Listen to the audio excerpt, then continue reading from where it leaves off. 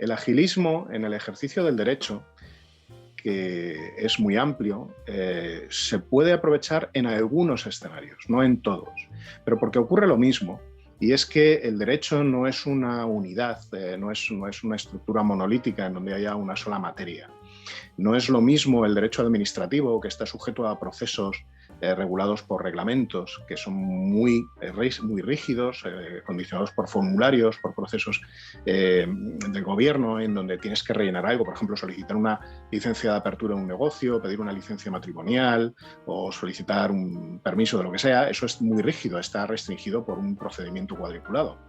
Eso no tiene nada que ver con un caso de litigación y no tiene nada que ver con un divorcio.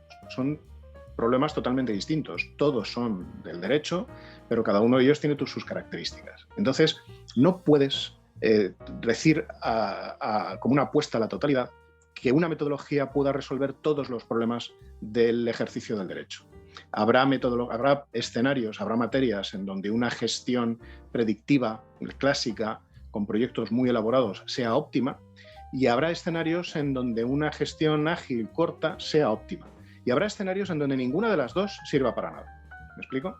Porque no es una realidad única, es una realidad muy amplia. No hay un solo profesional del derecho. Hay notarios, hay abogados, hay funcionarios, hay jueces, hay árbitros, y cada uno de ellos tiene una realidad distinta en su trabajo.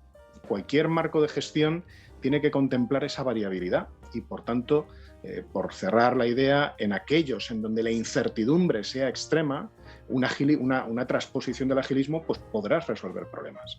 Pero aquellos escenarios en donde no haya incertidumbre o donde el procedimiento sea muy rígido o donde desde que empiezas hasta que terminas no haya cambio de reglas, el agilismo va a ser antieconómico, porque como os digo, el agilismo nunca produce soluciones óptimas. Perfecto, Rafael. Y ya para meternos un poquito más en lo que es el mercado jurídico, ¿por qué crees que recién se empieza a hablar últimamente de todo lo que es gestión de proyectos, procesos, eficiencia en los despachos? ¿Por qué crees que recién ahora se empiezan a conversar acerca de metodologías ágiles? Supongo que hay dos razones. Una es muy interesante. Surge en Estados Unidos a mediados finales de la década pasada como una respuesta hacia las crisis del mercado. Primero fue una crisis geopolítica derivada de los ataques en Estados Unidos, de los atentados del 11 de septiembre, que produjeron casi al mismo tiempo, se produjo la burbuja.com, y todo esto creó una crisis económica combinada en el cambio de siglo. A los pocos años tuvimos otra crisis derivada de las hipotecas de alto riesgo también en Estados Unidos.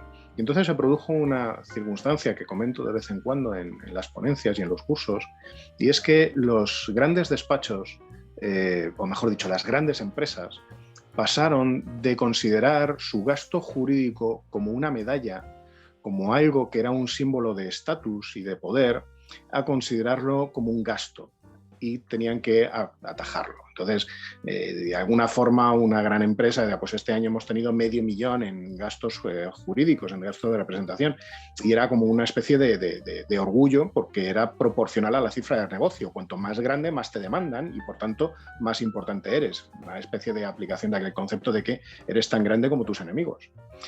Sin embargo, con todas estas crisis, la rentabilidad de los despachos se ve afectada, la rentabilidad de las empresas se ve afectada, y por tanto ya no pueden destinar con tanta alegría capítulos financieros importantes a ese gasto. Hay que acortar, hay que recortar. Despachos que hasta entonces habían visto cómo sus horas de facturación no se cuestionaban, pues empezaban a recibir avisos de que por aquí hay que recortar. Y una profesión que nunca se había tenido que enfrentar a los conceptos de productividad, eficiencia, rentabilidad, pues de repente tiene que recortar de algún sitio, que no puede ser echar a la gente a la calle, porque tiene que seguir dando servicio al cliente. Entonces esto es lo que un autor, Richard Susskind, que es su obra, yo la recomiendo a todo el mundo, El abogado del mañana, define que es el desafío más por menos, y es el desafío de que el cliente pide más servicio por